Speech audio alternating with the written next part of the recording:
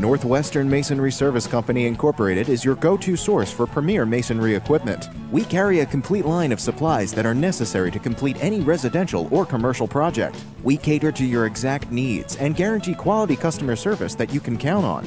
We provide a wide variety of brick and cultured stone products, as well as a full line of sealants, cleaners, grouts, and more. With over 5,000 items to choose from, we are Northwest Ohio's largest selection of masonry concrete tools. Call us today to learn more. Since I was born, I dreamed of being a Budweiser Clydesdale. Only problem is, I was born a donkey. So all my life, I practiced the Clydesdale walk and the Clydesdale pull. I even tried hair extensions on my lower legs. And then came my big interview. They looked me in the eye and said, "What makes you think you can be a Clydesdale, son?" And what was my answer?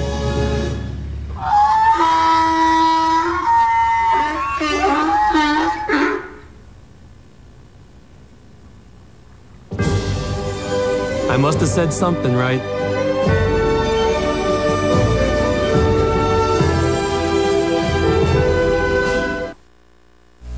All right, somebody shoot us a text. Let us know if we have sound. Apparently, we didn't have sound in the first segment. We didn't say anything that was very interesting. I don't think. But if our sound gauge is showing on the screen there that we should be having ample sound. So, well, that's good. If you want to know what we said, you can go back and read lips on that first segment. I think. Scott Barman can send us a text. He's an avid watcher of the show. This is live, so you guys got to help us out there. We gotta know what's happening. Maybe Shelly's out there was getting a bunch of texts telling us we didn't have any sound, so maybe she'll knock on the wall if she gets a text says we're good. So help us out. We'll just I'll just stall and talk to Steven about his race truck if I have to. Until you do realize if they don't text us, that means they couldn't hear. Yeah, right. You're right. So hey, anybody? Can you hear? Yes, no. We have sound. We have sound. All right, thank you. I don't know who was it that was Shell. Yeah, okay, we got a thumbs up from out there in the green room. So we're talking with our guest Matt Merrill. We're trying to figure out what we're going to talk to him about. We talk to stuff off air, and that's always the best stuff. Sorry you have to miss that. But let's talk about your season so far. You're going to be crowned the Rookie of the Year, regardless of if it was default or not. It doesn't matter. You're Rookie of the Year. You made it all season. So tell us a little bit about how it went. It was just a very, very frustrating year. The most frustrating year I've had in racing. Now, I knew moving up to 410s was going to be tough. But then to try it here at Fremont Speedway in Attica, which I didn't go to Attica this year, but Fremont Speedway, where you guys are just the best guys around the entire state, made it even harder. And then I only bought one tire all year. I had to buy one brand new tire to start the season off. Other than that, I ran used tires and used parts, shocks, bars, and it's just for a team that's just learning and trying. You know, I got a new crew chief this was his first time working on a 410, and he's only worked on a 305 for a couple of years. Just made it tough. The learning curve was just amazing, and we were on the wrong end of it. Did you learn anything? I mean, did you make any improvements? I did make improvements, yes, and I did learn that with this 410 deal, man, you guys got to be on it, and you got to be on it right away. And you know, sometimes it took me a lap to get up to speed and get into it, and by then you guys are gone. And so how long have you raced? I've raced, I think this was 11th or 12th year, I think. Okay, and you ran 305s most of that time? The first, I'd say, 4 or 5 seasons I never ran a full season because I was still doing wrestling camps and things like that during the summer. So I've really only ran a few full seasons. Okay. But then my full season was Fremont only. Right. Typically, I never ran Attica. One year I ran Attica for points in the 305 1 year. That was it. So I heard rumors that you were quitting already, but you can't do that because you're Rookie of the Year. You got to move on to bigger and better things. It's only going to get better. Well, like I said, it was a very frustrating year. You know, a huge confidence killer, and so just being as frustrated as I wasn't having fun. And I want to try to go back to having fun, whether that's going back to a 305 or going to this late model deal, which sounds like a pretty good deal. Yeah, I want to go back and start having fun again. I have always said, 410 sprint car racing is not fun. It's my opinion. I don't feel that it is, it is fun. It's very expensive, and it's more of a business than it is pleasure. You can go out and you can race a 305, a truck, a stock car, a late model, whatever. And in a late model, it would have to be a limited version, because a super late model is as much as a 410 or more. But when you run an unlimited class, so to speak, a 410 or a super late, at that point, the cost of racing makes it to where it's business, and it's not fun. Correct. Now, if you're filthy rich and you got an unlimited budget and you can go out and you can spend $100 grand a year and not think much of it, then yeah, it can be fun. But to do it on a normal working man's budget, it's not going to be fun. It's you got to understand that you're there to race, and you got to run them on kill, and the fun part is definitely down a division or two. Right. And I learned that fast this year. It's hard, and I don't know. You do an awesome job. I don't know how you do it. Competing with these guys that spend 4 or 5 times more than what we did or what we do, and it's tough to do that. And you're making it happen. I couldn't make it happen. And like I said, it's the first time out though. It took me a long time to get to that point. We got our heads beat in the same as you did this year for way too long. But it's you just got to stay in it and keep learning. I think with Brian, and Brian probably agreed to this, so over time you've gotten better equipment. Your engine is not maybe the modern up to snuff deal, but you have a nice race car. Yeah. He does have a nice race car. It's got nice components on it. It's a nice race car. It's just the engine is, kind of like a horse and buggy type of deal by comparison to some other ones. But when you got a nice race car and you can make it roll and all that stuff, especially at Fremont, you can give up on the engine a little bit. Well, that's what I'm finding out. This is the nicest equipment I've ever had. I have this car loaded with titanium, and it's really light, and it has all the all-star components on it from the person that I bought it from. And did you run anywhere else this year? I ran Butler twice. I went there with the all-stars those 2 nights, and that was it. Did you run this car? Did you run the 410 car some last year too? Though you just haven't run a full season, right? You've had a 410 for a couple. I've never ran a full season. Yeah, last year I think I ran it 3 times at Fremont maybe, and then I ran like 4 or 5 times at Butler. Okay, but you've had some decent success up there. Yeah, I almost won twice up there. Right. So it's just it's a different, Fremont is a different animal. It is incredibly hard to come there and do well consistently. So you can't really hang your head too much on that. You're only going to get better by getting your head beat in at Fremont. And I ran Attica, I think 3 times maybe, and I did pretty decent there. There's just something about, my confidence was rolling then, and then I come this year and step down. I did have some car issues. Yeah, and if you don't have everything working right, then that's going to make it more difficult. But so what do you do for a living that funds this stuff? I mean, well, I am a teacher, and I coach wrestling. But to fund the race car, we go strictly off sponsorship money. So that makes it tough. Yeah. Well, it makes it a little easier too if you're not. But yeah, it's great because I have summers off.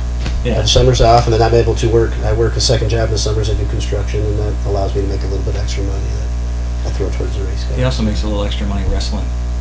And a little extra money with the ring and the golfers. This is correct too. Yeah. His team, Chad Binder from his race team, was partnered up with some guys from the Ballman Auto Group that wanted to help him out, and they won the grand prize at the golf outing, and little Hauser had a wonderful chip to get the extra $500, and so that worked out pretty well for you guys. That cost me a lot of money because I did just buy a truck off of RJ, so that's how that all came about. Think of it as a rebate. There you go. Think of it as a cash rebate. No, that's a pretty neat deal that you guys do that, and that's great. We won a sponsorship deal and then a sticker package for the car for next year. And no offense, but your car could use a sticker package. Well, yeah. Let's go ahead and We got some stuff while we're talking here. We got a little 3-minute video, just kind of hype. Not that. That's the wrong one. This is not my car here. No. You didn't. That's the. We're going to play the Matt Merrill one. So I don't. There might be a little sound to it. The car I'm running right now is not mine. Mike Brick came to me in the middle of the season when we were so frustrated. He said, "Your car has to be bent." He said, "Here, I have another car. Put it together and run it." So that's what we've been doing. And in the process of putting this other car together is when we found our major problem that we had. And we already had this car together, so we just kept running it, and that's why it has no stickers on it. Okay. This is Mike Britt's car. But this is Mike Brick's car. Oh, okay. And you know, Mike's a guy not a lot of people know, but he's when it comes to stuff like this, he's a great guy. He did a similar deal. Paul Weaver earlier this year was having some troubles, and he is this the same This is car? the same car, yes. And he let Paul borrow this car to try to figure out, you know, what their direction was. And very similar to Matt's situation, they took it apart. They found some issues with the car that they had been racing. They'd run this one a few weeks, put their car back together after finding the problems, and have run very well in it. You know, he's ran well in it. Jamie Miller had I think a second place run in it a week or so ago. So, you know, Mike's just one of those guys. He's a nice guy. A lot of people don't necessarily know who he is, and he's not a spotlighty type of guy. But he's good for the sport, absolutely. He is. He helped me out a ton this year. And I didn't have a crew chief when I went to race up at Butler with the All-Stars, and he came with me and helped me out. And that's probably the fastest I've been and felt all year. Tell us about that night, because we were. Let's see. I'm not sure where I was at that night, but we were following along on Twitter, and there was an upside down, and there was another upside down, and there was you still finished good. And what? Tell us what happened that night. Well, at the start of the race, we took off, and I felt somebody hit me from behind, and then the red flag came out and come around, and I saw Brian Lay's car sitting off in the middle of turn 1 and 2, and there was only half a car there. Okay, so that was the night that Brian got upset. Correct. And then the next restart, we go in, and the high side was the fastest way around the track, so I go in about the middle, wide open, thinking the guy on the outside was going to go to the outside of the track, because the high side was the fastest way around, and he didn't. And we made some contact. We got upside down, and it dented my wing up, but I got to keep going. So I ended up finishing second in the heat, and I got on the dash. I got to do the pick 6, and it's the first time I've ever do that. That was pretty neat. That's got to be a confidence builder, that kind of stuff there. It was. We ran good, and then I was running 6th in the feature, battling with the 91 car, Kel Thomas maybe. Yeah. Okay. And he lost brakes and went out in front of us in the feature, and we were battling for 5th and 6th there, and we got together. So that ended my night there. And the following night, on Saturday, we came back again, and I was running 12th and got a flat tire. Still, that's you know, the finishes you did get At the end, right. at the end of the day, none of the stuff that related to the finishes were things within your control. Correct. Right. They were just unfortunate incidents of racing. Yeah. So, no, there was definitely some bright spots there that you've been able to make some features here at Fremont too. So Yeah.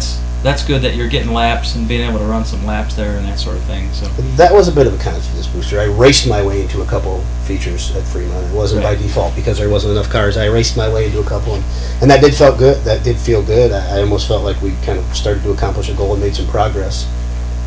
I wish I could have had some time, or I would have maybe put my Maxim back together that's sitting in the shop that there was nothing wrong with, and tried that again at the end of the year because I did really like that car. Nothing against the GF1 that I was running, but I really did like that Maxim.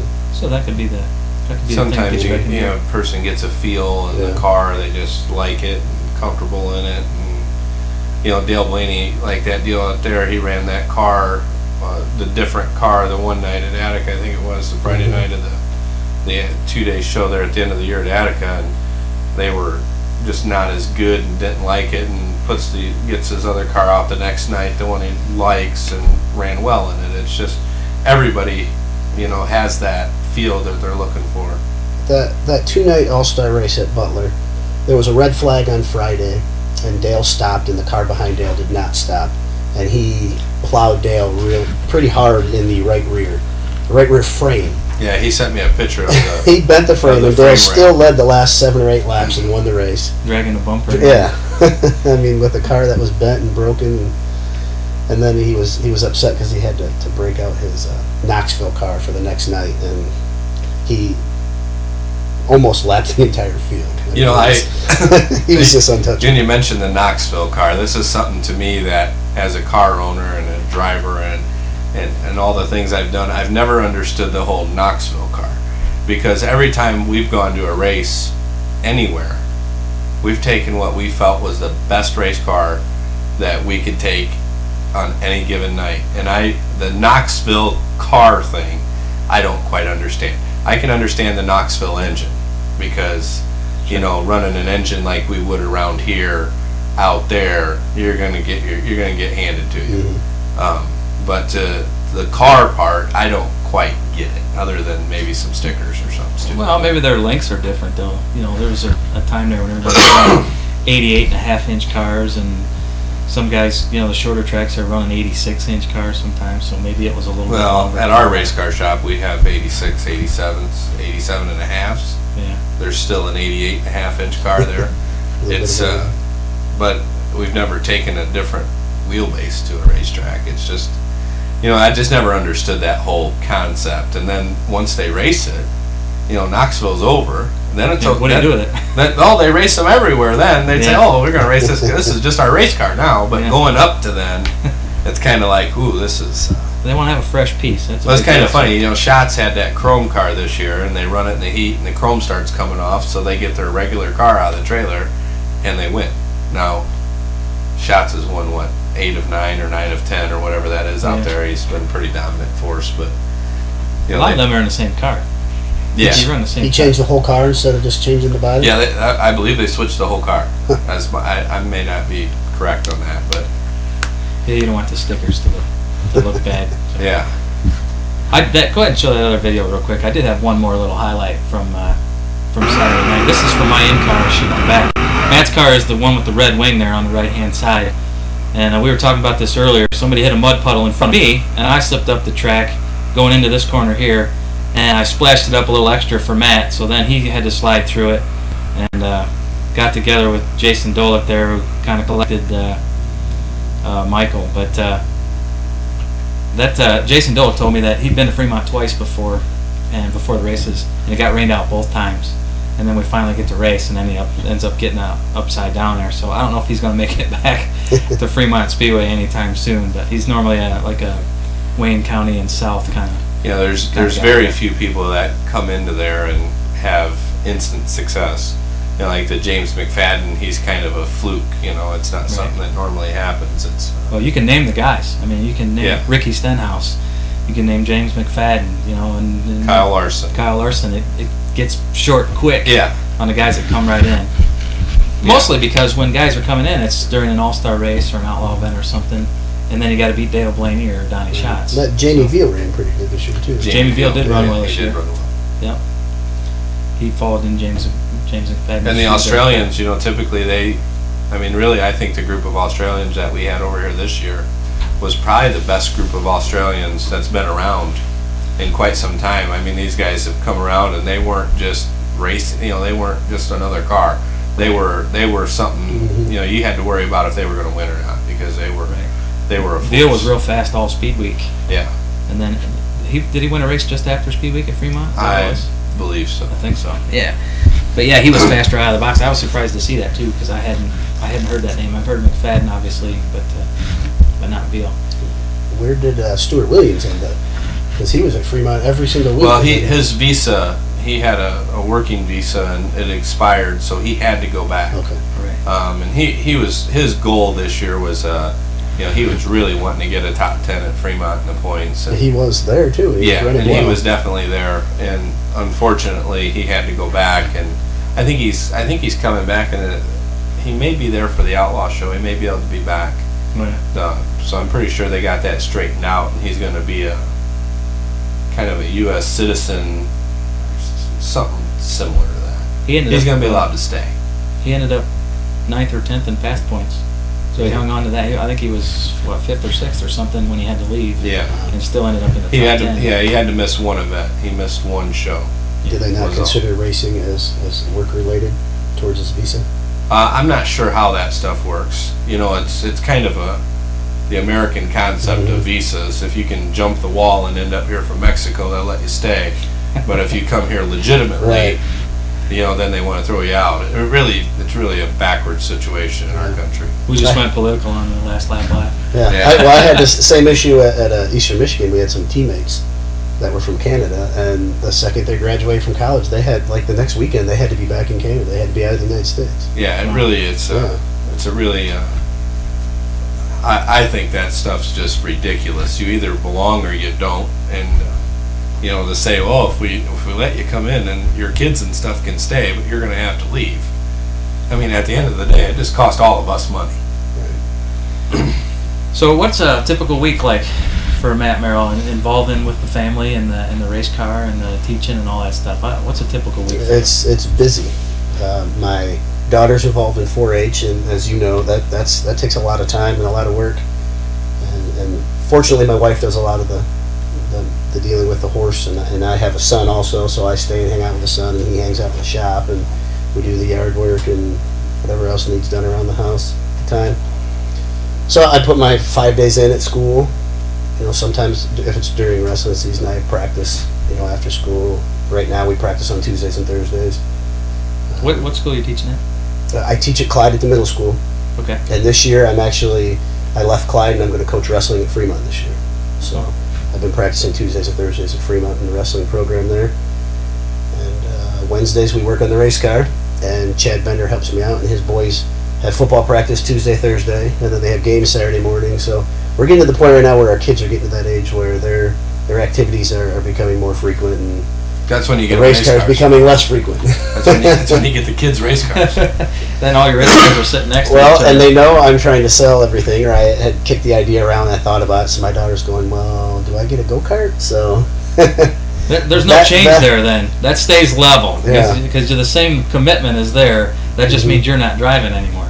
And I hear go-karts are just as expensive as the race cars we're in right now. So Both of my sons raced go-karts for, I don't know, 7-8 years or so. It's, I would say it's cost, if you want to run competitively, it costs as much to run a go-kart as it does a entry-level race car with ease. And the difference is the people, when you go to a go-kart race, all they want to do is fight. Everybody wants to fight. Everybody wants, and it's a product of the race car. If they would take the bumpers off, the front bumpers, the nose pieces, and take the rear bumpers off, and make it where if you jump somebody's wheel, there was a consequence. Because right now you can just run them over and keep going, and it's it's just not a great environment.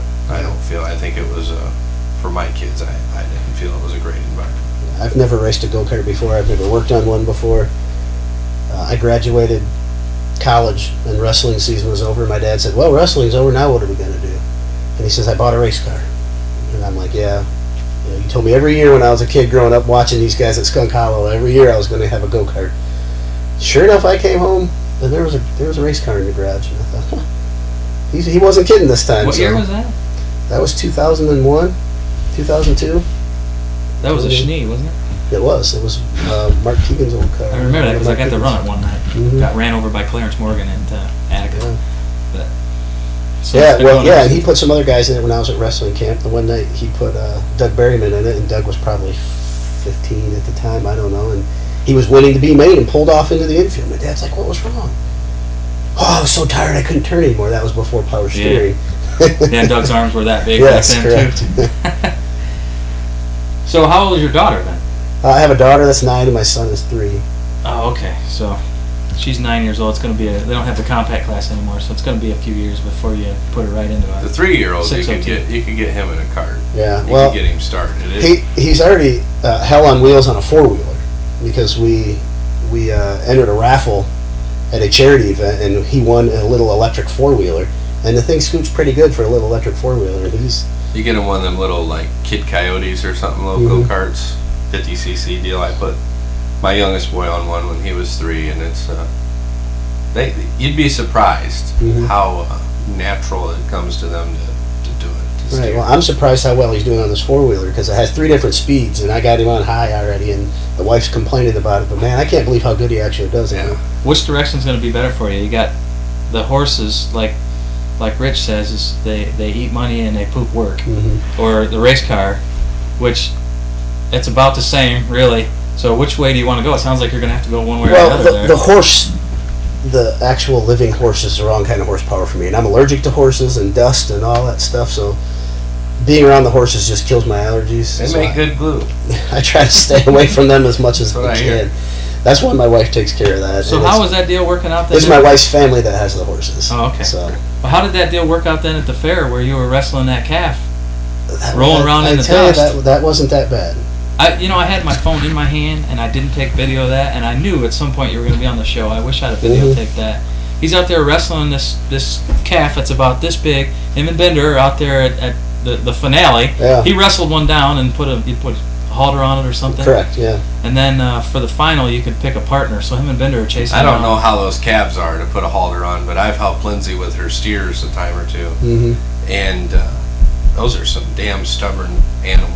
Well, Chad, I had to work. School started during the fair, so Chad was off for the week of the fair, and he texted me and said, "Hey, I signed you up for the calf scramble." And I was like, "Yeah, all right, whatever." I wasn't sure exactly what it entailed or what he was even talking about until I got there. And I'm like, I watched the first group of people they sent out there, which was high school girls. And I saw high school girls doing it. I thought, man, if they can do it, I can do it. All right, this can't be that hard. And then I kind of watched, and I had a game plan. Everybody took off running after them. Well, then they ran to the opposite corner where nobody was at. I noticed that. So everybody took off running, and I thought, well, I'm just going to walk over here to this opposite corner. They're going to run right to me. So I walked over to the opposite corner, and I looked down there, and I'm like, man, these guys are getting it. Every single cow had a horse on it already, or had a person on it already. So I thought, man, I better get it together. So I took off running down there, and as soon as I take off running down there, a guy fell off one. So I just ran over and tackled it and took it down, and Quick takedown too. it wasn't. Like it big was time. just like wrestling. He was down. And I haltered it up and got paid. I watched Lindsay's dad punch one in the forehead one time, one of them steers.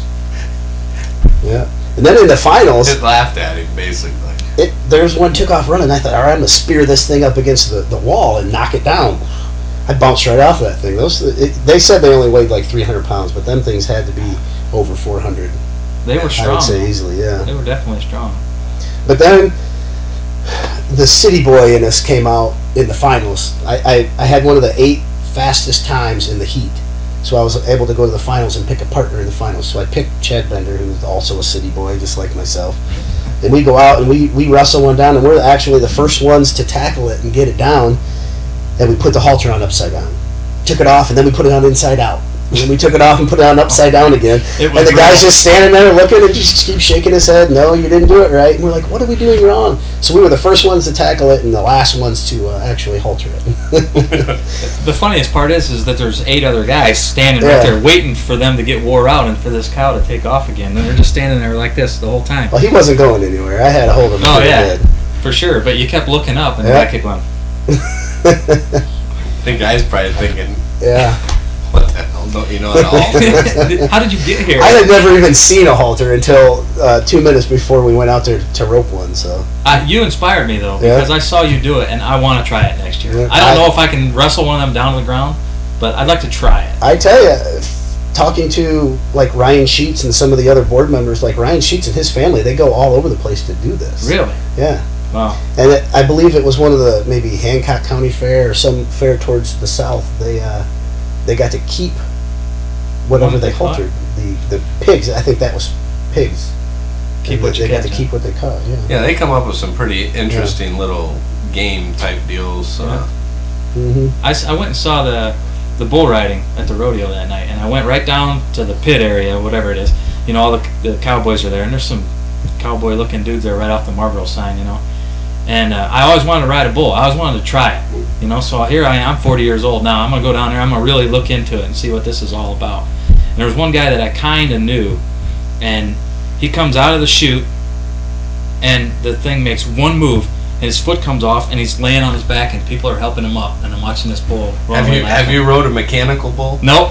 No, I never. I think you should start there. Nope. The ground is not near as hard when you land. I started by going right down there next to the action and checking it out, and I think I'm going to start with wrestling a steer and never start with riding a bull. I think we should get you on the mechanical bull. Yeah, They have one at the fair. Yeah, I know. I saw it, but after I saw that, I don't even need to start. I seen a girl ride one at Put-in Bay. Well, I'm sure you did. It was entertaining. I'm sure it probably wasn't the same as what it would be like when I got on there. Is this a rated R show? This is a. We can say whatever we want. Yeah. Show. Go ahead. Maybe Rich should get some steer out on the front stretch, and we could wrestle some steer during one night at the races. There you go. And my name's Farmer. I ain't one. Yep. I'm as much of a city boy as you are. Yes. You could get some people out of the stands and give them a chance to win free passes for the year or something like that to wrestle. The fair board would be mad that we took their form of entertainment. Yeah. I think I made more money that night wrestling that steer than I did the week before at the racetrack, so it was a good week. Well, that's a plus. They pay that well. It did pay well, yes. Really? Yes, it did. Well, that's good. Wow. Somebody got wiped out there. Some guy got stepped on the back of the head and it ripped his hair yes, out. It did. It left Ripped a a mark, chunk yeah. right out of the back of his head. Mm-hmm. Yeah.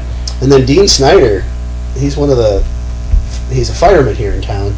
He's 50 or 52 years old. And he went out there and he had a hold of that thing and he was wrestling it down and trying to hold it down, and it finally got away. And I heard he was so sore he couldn't move the next day, but he took a beating from that calf. Yeah. We're going to try something a little more simple this week. It's a family fun night at the racetrack, so we're going to bring back the penny toss for the kids and let them guys go fight for it, since it's kind of leave us old people to not get injured. What's the penny toss now? They're going to throw pennies out, and some of them are painted, or quite a few of them are painted, and there's some different prizes that the kids can get. There's T-shirts, there's some goodie bags, and Are there any bikes? all kinds of different things. Just a bike giveaway. Okay. The only reason I ask is my youngest daughter, Camille, they had a race at the rodeo where you had to put a stick horse between your legs and run some laps. She won that, didn't she? She won that. She had, in June, beginning of June, her birthday, my brother had given her a new bike. She wins a new bike at the fair. Then, at the family fun day they had down at the Memorial Hospital just this past weekend, she puts one ticket in the container with a new bike. She wins a new bike. So I was thinking if she's in this penny toss and there's a bike, I'm not going to let her do that because we don't need 5 bikes because we already had one. They leave them sit out in your front yard to help the neighbors. They'll all get one. And Yeah, they'll right. help themselves to it. My crew chief Chad, his boy won the bike at the rodeo also. Oh, yeah? Boys. He won the boy. Well, probably the older division. The older division. Yeah, because she even beat her boy in the Well, that's feature. good. The racers cleaned house then. Right? Yeah, That's good. definitely. Anything else you want to talk about? What time is it here? It's about 1:45. That's good enough for one guest. Let's do this thing here. Did you see those pictures out there, Matt? Hanging on the wall? Yeah. Yeah, I did. I stopped and checked a bunch so of them. this is our Having a Ball with Art feature, that play on words there with our feature win champion. So what you gotta do is you gotta put this on your head and you gotta draw your race car, which I don't know what yours is gonna have on it, but just draw a sprint car and then put your 39 on it while it's on your head, and then we'll look at it and then we'll have you autograph it for us and we'll put it out there. Eventually those are gonna get raffled or auctioned off for charity. And some of the more talented, what you would feel were more artistically talented people, actually have some of the worst ones, and some of the what you would think were the least artistically challenged people have pretty good art. So. Yeah, and you can't write something like Chad Bender is overrated or anything like that. So. Yeah, we had one of those. Brian Savito put Nate Dussel was overrated on, or he tried to. It was pretty poor, even at letters. Craig Mintz put his 09 backwards, and he does it for a living. Artistic stuff. Chris Andrews probably has one of the better. He was one of the better. This is one of the best parts of the show that people always comment on. They like to see. They like to see what it's for gonna whatever look like. reason. This is what they like. So we used to give you guys have distracted me here, and I lifted my marker, and now I have no idea. No, see, this is the what problem. direction I was Yeah, heading This is in. the whole problem. We figured your whole season out. You got distracted and lifted. 2 words drivers should never say. You should never say distracted or lifted. There you go. Does it look anything like a race car? Yeah, it's not bad. I got a wing and some wheels there, and that's a goofy-looking tank back there. Yeah, that's pretty. There's cool. my front wing. Oh, look! You even put Wetzel's I did. on I the even front. put Wetzel's sewer cleaning That's on the pretty front good. there. That's pretty good. I was a little concerned when he said even this, and he's pointing out the parts and naming them. Let me. Kind of like, well, just in case you don't know what it is. Matt Merrill has a history. No offense, but shouldn't you put a tractor tire right down underneath there under the front end? You know what? Go ahead and autograph that for us. I didn't hit a tractor tire at all this year. Not at all. No. Really? I don't think I was fast enough to hit a tractor tire this year. That's a pretty good season if you haven't hit a tractor tire. So. Alvin Rupke, he told me the one day, he said, boy, them tires, he hit the tires, right, knocked the front end down. He says, boy, Farmer, them tires are, you need to paint them. You need to get them where you can see them a little better. So that week we painted them. We painted them all real bright, nice white, and sure as shit, he hit another one. You don't need to paint them. You need to stack them 2 or 3 high so we can see them. He hit Really? another one. Yeah. You've climbed over top of them. I don't think you want them any taller. Well, once you enter the corner, you can't see the ones in the middle anymore. So. Really? I think we might have found another problem. I run down there all the time. I very rarely hit those tires there. You gotta know they're there. You didn't Well, I hit know any they're this- there. You didn't I hit know any they're this year, there, though. and I don't want to go there. You got but that the car fixed. goes there sometimes. We got it fixed. A Yeah. rookie season and you didn't hit a tire all year. I think you're all right. Mm-hmm. You pick it up little by little. Next year you'll just be a little faster and you'll be on your way. Yeah, I think this is other than the right front wheel that broke off in hot laps the one night, this was the first year I only went through 1 front axle. Because usually I go through 3 hitting tractor tires down at the bottom there. So That's a that little was success. That's a little better season than the other. I 49. know, some people hate the tires, and most of the people, the tires don't really bother. But the dust, and when we had no tires there, and the guys trying to run over the drains and run through the infield, and all the other stuff that happened, and the crashes that have happened as results of the not having the tires there. The tires by far have created less damage than the other way around. And I know I was running the drains one night and Tim Schaefer passed me underneath the yeah, drains. yeah. I remember the one night Tim was running through the drains, and it broke the tab off the front motor plate. Your tab on the frame, it broke. He won the race, so it didn't really, you win. It was probably an all-star show or whatever. That one year where Tim was like, they just won everything we had. It was kind of like Dale lately, but and that's where they was racing. And at the end of the day, unless we continue to water the grass, That's where it's we've going to been be at. extremely dusty. And you give them, and that's what they're supposed to do, right? That's what race car drivers are supposed to do. They're supposed to find that fastest way around an oval. And if the oval has got more room, if there isn't a boundary, then it's fair game. So Keep going shorter and shorter. yeah, unfortunately, that's why we have tires, I guess. All right, well, Matt, thank you for coming in. No problem. Appreciate it. Thank We you, finally guys. got you so you weren't too busy to come in, so that was good. Got to talk to you. Well, there just wasn't a whole lot to talk about here, so Well, that's it all took right. till the end of the season here to find something to talk about with me.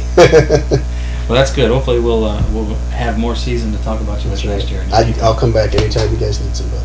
Excellent. All right. Well, thanks, Rich, for hosting with me here. I'm not sure why Shelly wasn't sitting on the other end of the couch, but She's not feeling terribly well, and she said that she didn't know Matt in any way, shape, or form. So she's for the longest time. We can pick on Shelly for a moment. she's listening, so be careful. But she won't hear it for 40 When seconds. Matt Farrell raced and Matt Merrill raced, she had no idea who was who.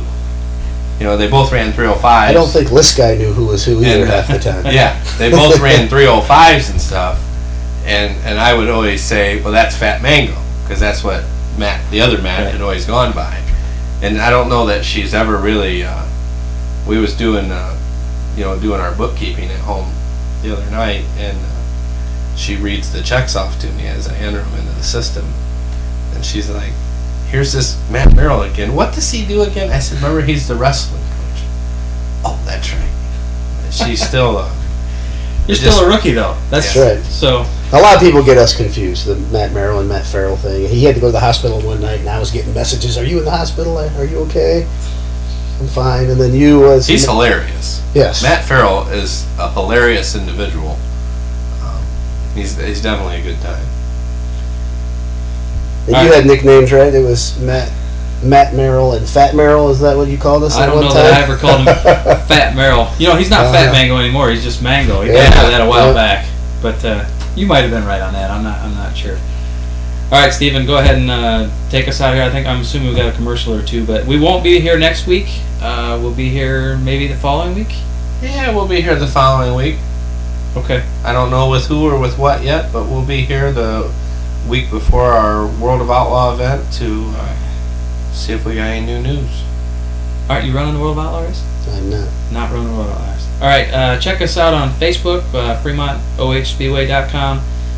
There's Facebook, there's Twitter for thelastlaplive.com, and come out to the races on Saturday for the Boss non-wing sprints. 1,500 to win. 1,500 to win, and then we got Run What You Brung, and there's been a lot of talk about wings and side panels and all that kind of fun stuff. And that's what the stock cars and the stock cars, late models, modifieds, 4-cylinder trucks and compacts, and then we have a powder puff event for the ladies this week. So that's always that one can turn rather interesting at times. Yes, it can. So go ahead and check us out at the races on Saturday, and we'll see you next time.